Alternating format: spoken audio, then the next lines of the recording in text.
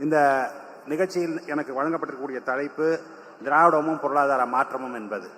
இப்போ மற்ற மாநிலங்கள் மற்ற நாடுகள் அப்படிங்கிறதையும் தமிழ்நாட்டில் இருக்கக்கூடிய மாற்றங்கள் அப்படிங்கிறதையும் எடுத்து பார்த்தீங்கன்னாக்கா ரொம்ப சிறப்பாக வேறுபட்டு இருக்கும். எப்படி வேறுபட்டு இருக்கும் அப்படின்னு கேட்டிங்கனாக்கா, எனக்கு முன்னால் பேசிய மில்டன் சொன்னது மாதிரியும், எனக்கு முன்னால் பேசிய மதிவதனி சொன்ன மாதிரியும், எனக்கு முன்னால் பேசிய பேராசிரியர் கருணானந்தன் அவர்கள் சொன்னது போலையும் இந்த சமூக மாற்றம் தான் நமக்கு ஒரு முக்கியமான குறிக்கோளாக இருந்திருக்கிறது. இந்த 100 ஆண்டுகள் கடந்து இந்த இயக்கம் நடந்து கொண்டிருக்கிறதே, இந்த இயக்கம் எதற்கு தோற்றுவிக்கப்பட்டது என்று சொன்னால், இந்த இயக்கம் தோற்றுவிக்கப்பட்டதே சமூக மாற்றத்திற்காக தான்.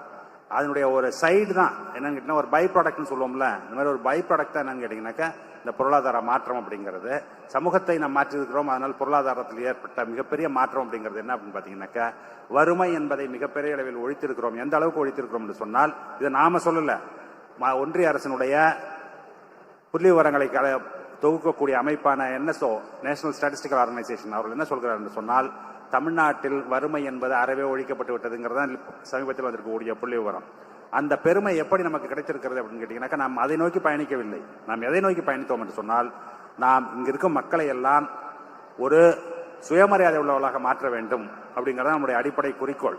அந்த சுயமரியாதை உள்ளவர்களாக அவர்களை மாற்றுவதும், கல்வி அவர்களுக்கு எல்லோருக்கும் கொண்டு போய் சேர்ப்பதும் அப்படிங்கிற இந்த 100 ஆண்டு கால பயணத்தினுடைய ஒரு விளைவாகத்தான் இவ்வளவு பெரிய ஒரு பொருளாதார வளர்ச்சி என்பது ஏற்பட்டிருக்கிறது. இந்தியாவிலேயே இன்று 2வது மிகப்பெரிய பொருளாதாரம் அப்படின்னு நாம் சொல்கிறோம். ஆனால் நமது மாநிலத்தினுடைய தொழில்துறை அமைச்சர் இருக்கக்கூடிய சகோதரர் TRB ராஜா அவர்கள் திரும்ப திரும்ப என்னிடம் கேட்டுக்கிட்டு கொண்டிருப்பது என்ன அப்படின்னு கேட்டீங்கன்னாக்கா, உண்மையிலேயே நம்ம 2வது பொருளாதாரமா முதல் பொருளாதாரமா என்று.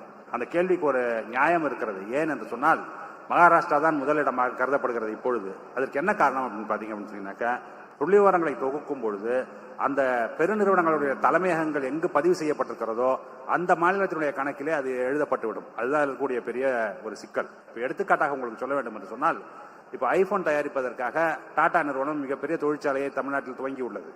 அது பெரிய அளவில் வளர்ந்து கொண்டிருக்கிறது. கிட்டத்தட்ட 35,000 40,000 பணியாளர்கள் பணியாற்றி கொண்டிருக்கிறார்கள். அது 2வது கட்டம் 3வது கட்டம் என்று விரிவடைந்து கொண்டே செல்கிறது. அதன் விளைவாக இந்தியாவிலிருந்து ஏற்றுமதியாகக்கூடிய செல்போன்ஸ், ஐபோன் இருக்குல்ல, அதுல 35 விழுக்காடு தமிழ்நாட்டிலிருந்து செல்கிறது. அப்படின்னா அதனுடைய வேல்யூ எவ்வளவு இருக்குன்னு பாருங்க. அதனுடைய என்ன இருக்கு அப்படின்னு கேட்டீங்கன்னாக்கா, மொத்த மதிப்பு என்று எடுத்து பார்த்தீர்கள் சொன்னால், எலக்ட்ரானிக் எக்ஸ்போர்ட்ஸ்ல இந்தியாவிலேயே முதலிடமாக தமிழ்நாடு திகழ்ந்து கொண்டிருக்கிறது. அதில் கணிசமான பங்கு யாருக்கு இருக்கிறது என்று சொன்னால், நான் சொல்லக்கூடிய டாடாஸ் அவர்கள் தயாரிக்கக்கூடிய அந்த நிறுவனத்திற்கு. ஆனால் அவர்கள் தலைமையகம் எங்கு பதிவு செய்யப்பட்டிருக்கிறது என்று சொன்னால், அது மகாராஷ்டிராவில் பதிவு செய்யப்பட்டது, மும்பையில் பதிவு செய்யப்பட்டிருப்பதால் அவர்கள் உற்பத்தி செய்யும் அந்த பொருட்களினுடைய மதிப்பு அனைத்தும் அந்த மாநிலத்தினுடைய கணக்கில் எழுதப்பட்டுவிடும். அப்படி பார்த்தோம் என்று சொன்னால், நமக்கு ஒரு பெரிய சந்தேகம் இருக்கிறது. என்ன இருக்கிறதுன்னு சொன்னால், நமது உற்பத்தியினுடைய மதிப்பை எல்லாத்தையும், இங்கே இருக்கிற உற்பத்தி எல்லாத்தையும் கணக்கிட்டு பார்த்தோம் என்று சொன்னால், தமிழ்நாடு தான் முதலிடத்தில் இருக்கும் அப்படிங்கிறது. அதனுடைய விளைவு என்ன என்று சொன்னால், இந்த பொருளாதார வளர்ச்சியினுடைய விளைவு என்ன என்று கேட்டீர்கள் என்று சொன்னால், இந்த பலன் மக்கள் எல்லோருக்கும் சென்று சேர்ந்திருக்கிறது அப்படிங்கிறது இதுல பெரிய ஒரு ஆச்சரியமான விஷயம். சமீபத்தில் வந்த ஒரு புள்ளி விவர கணக்கு என்ன சொல்கிறது பார்த்தீங்கன்னா, 3 வேளை உணவு சாப்பிடுவதனுடைய எண்ணிக்கை ஒவ்வொரு மாநிலத்தில் எவ்வளவு பேர் இருக்கிறார்கள் என்ற ஒரு கணக்கு எடுக்கிறார்கள். அது national family health survey NFHS சொல்றது. அவர் எடுக்கும் பொழுது நீங்க 3 வேளை உணவு எத்தனை பேர் சாப்பிட்டு என்று சொன்னால், தமிழ்நாட்டில் நாங்கள் 3 வேளை சாப்பிட்டோம் அப்படின்னு சொல்லக்கூடியவர்களுடைய எண்ணிக்கை 99.7 விழுக்காடு. 0.3 தான் இல்லை.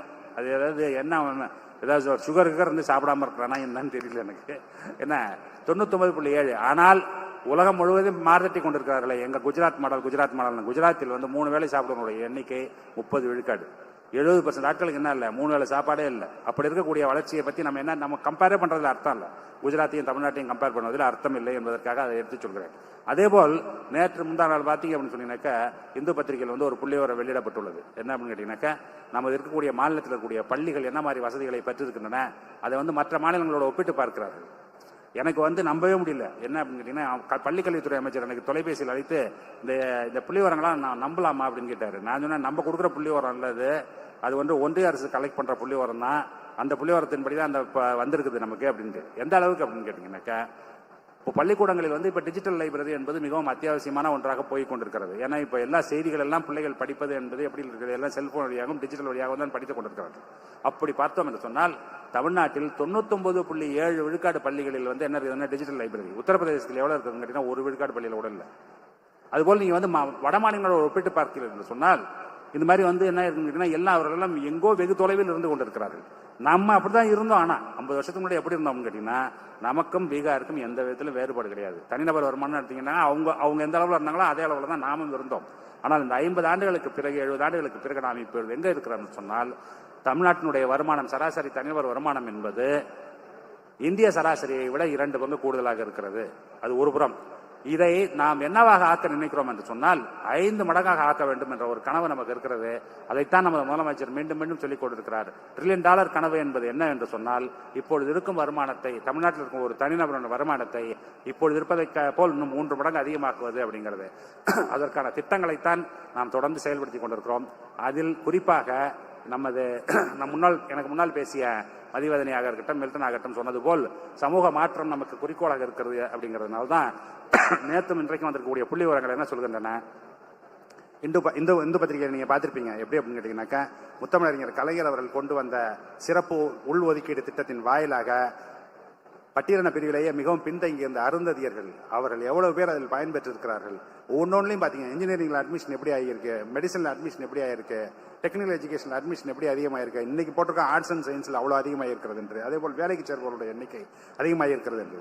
அது எதை நோக்கிய பயணம் அப்படின்னு சொன்னீங்கன்னாக்கா, எல்லாரும் நம்மளை என்ன சொல்வார்கள் கேட்டீங்கன்னா, அது வாக்கு வங்கி அரசியல்னு நம்மளை சுருக்குவார். அவர்கள் வேணா அப்படி சொல்லிவிட்டு போகட்டும். நம்மளுடைய குறிக்கோள் அதுவல்ல. நாம் இந்த வளர்ச்சியில் இருந்து யாரும் விடுபட்டு போகக்கூடாது, எந்த சமுதாயத்தின் எந்த பிரிவினும் விடுபட்டு போகக்கூடாது என்ற ஒரு எண்ணத்தின் அடிப்படையில் உருவாக்கப்படுவதுதான் இந்த திட்டங்கள் எல்லோருமே.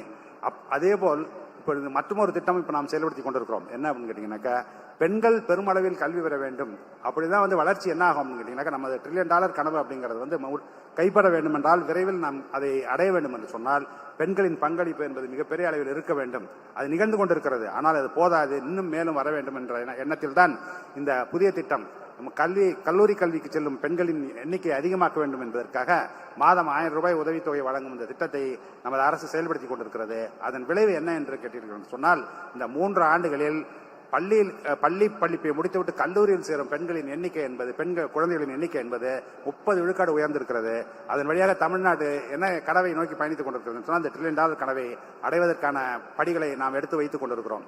அதேபோல் இன்னும் ஒரு திட்டம், மாபெரும் திட்டத்தை நாம் செயல்படுத்திக் கொண்டிருக்கிறோம். என்ன அப்படின்னு கேட்டீங்கன்னா, நான் முதல்வன் அந்த திட்டத்திற்கு பெயர். எதற்கு என்று சொன்னால், இப்பொழுது தொழில் சாலைகளில் கடுமையான மாற்றங்கள் நிகழ்ந்து கொண்டிருக்கின்றன. அந்த மாற்றங்களை எல்லாம் இப்பொழுது கல்லூரி கல்வியில் நாம் அதை சரி செய்ய வேண்டும். சரி செய்தால் மட்டும்தான் என்ன செய்ய முடியும் கேட்டீங்கன்னா, வெளியில் கல்லூரியிலிருந்து வரக்கூடிய மாணவர்களோ மாணவிகளோ அந்த தொழில்துறையில் உடனே போய் வேலையில் அமரலாம். அதற்கு என்னென்ன மாற்றங்கள் நிகழ்ந்திருக்கின்றன என்பதை எல்லாம் கண்டறிந்து அதில் எல்லாத்தையும், அந்த மாற்றங்களை எல்லாம் மாணவர்களுக்கும் மாணவிகளுக்கும் நாம் கொண்டு சேர்க்கிறோம். அதற்கான திட்டம் தான் என்ன அப்படின்னு கேட்டீங்கன்னாக்கா, நான் முதல்வன்கிற திட்டம். இப்போ ஜப்பானுக்கு போய் படிக்க போகணும் அப்படின்னு சொன்னால், ஜாப்பனீஸ் தெரியணும்னா நீ அங்கே போய் 3 மாதம் மெனக்கிட்ட செலவு பண்ண வேண்டியதில்லை. ஜப்பானுக்கு போகணும்னா அந்த லாங்குவேஜ் இங்கே சொல்லித்தரோம். ஜெர்மனிக்கு போகணும்னா அதையும் இங்கே சொல்லித்தரோம். அதுபோல் மேற்படிப்பு போவதற்கு நாம் ஏதுவாக்குவது போலவே புதிய மிஷினரிஸ் வந்திருக்கிறது என்று சொன்னால், அதையும் நம் மாணவர்களுக்கு சொல்லித் தருவதற்கான ஏற்பாடுகள் செய்யப்பட்டு அதற்கான பணிகள் விரைவாக நடைபெற்றுக் கொண்டிருக்கிறார்கள். லட்சக்கணக்கான மாணவர்கள் அதனால் பயன்பெற்றுக் கொண்டிருக்கிறார்கள்.